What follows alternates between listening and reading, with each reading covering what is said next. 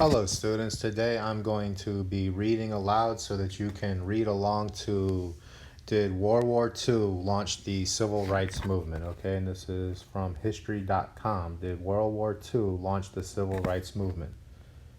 Centuries of prejudice and discrimination against blacks fueled the Civil Rights Crusade, but World War II and its aftermath were arguably the main catalysts. And this is by Annette McDermott. Okay, so she wrote this article. The civil rights movement was a fight for equal rights under the law for African Americans during the 1950s and 1960s. Centuries of prejudice and discrimination fueled the crusade, but World War II and its aftermath were arguably the main catalysts. A. Philip Randolph's crusade against discrimination prodded Roosevelt into action. On January 6, 1941, President Franklin D. Roosevelt gave a State of the Union speech outlining the need for America to help Europe fight against Hitler's tyranny. He spoke famously of four freedoms for all: freedom of speech, freedom of worship, freedom from want, and freedom from fear. It was an admirable vision, but few blacks of the era enjoyed true freedom of any kind. As America prepared for war, civil rights leader A. Philip Randolph threatened to organize a march on Washington to protest segregation and discrimination in the armed forces and defense industries. The threat brought increased attention to race relations and compelled Roosevelt to issue Executive Order 8802, which prohibited discrimination in the employment of workers in defense industries and in government because of race, creed, color, or national origin. Black Americans served admirably in the war. Prior to World War II, about 4,000 blacks served in the armed forces.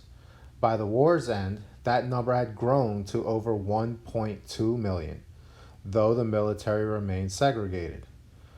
Black Americans served their country with distinction. At first, they worked as support troops, but as casualties increased, many became infantrymen, airmen, medics, and even officers.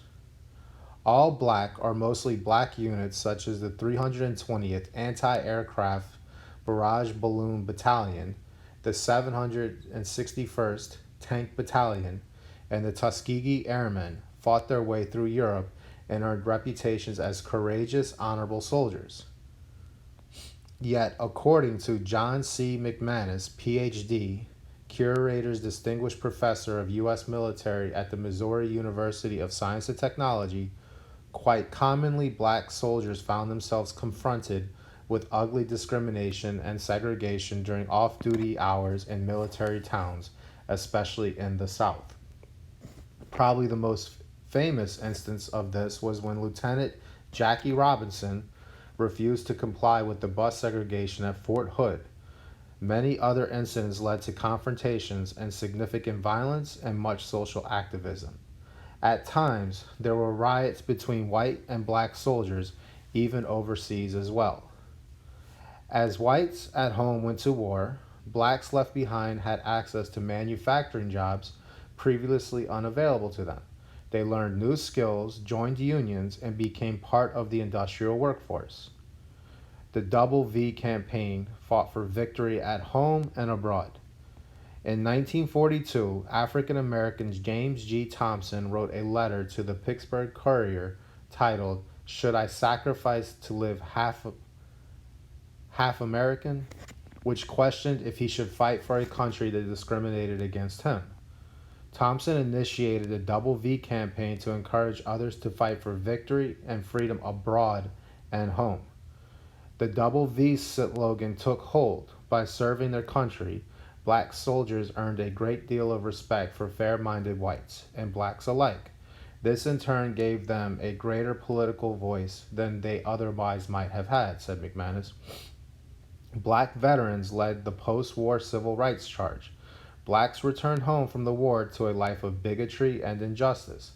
Blacks had just helped destroy some of the most homicidal, racist regimes in human history, and yet they had served in an armed force that was segregated on the basis of race, said McManus. They were victimized by the same sort of racist views that had animated America's enemies. This made zero sense, and it created a powerful moral imperative for domestic change. The blatant injustice motivated blacks and unprejudiced whites to fight discrimination. Many blacks moved to large cities to find jobs using the skills they learned in the military. Others became civil rights activists and lent their powerful voices to organizations such as the NAACP, CORE, the Regional Council of Negro Leadership, and the Deacons for Defense and Justice. In 1948, their efforts paid off when President Harry Truman issued an executive order to desegregate the military. Let me read that sentence again. In 1948, their efforts paid off when President Harry Truman issued an executive order to desegregate the military. According to McManus, World War II led to an explosion of racial reform, issues that the Civil War failed to solve and that had been festering for nearly a century. In my opinion, World War II was the most significant event in American history to a great extent because of the racial change it helped foster.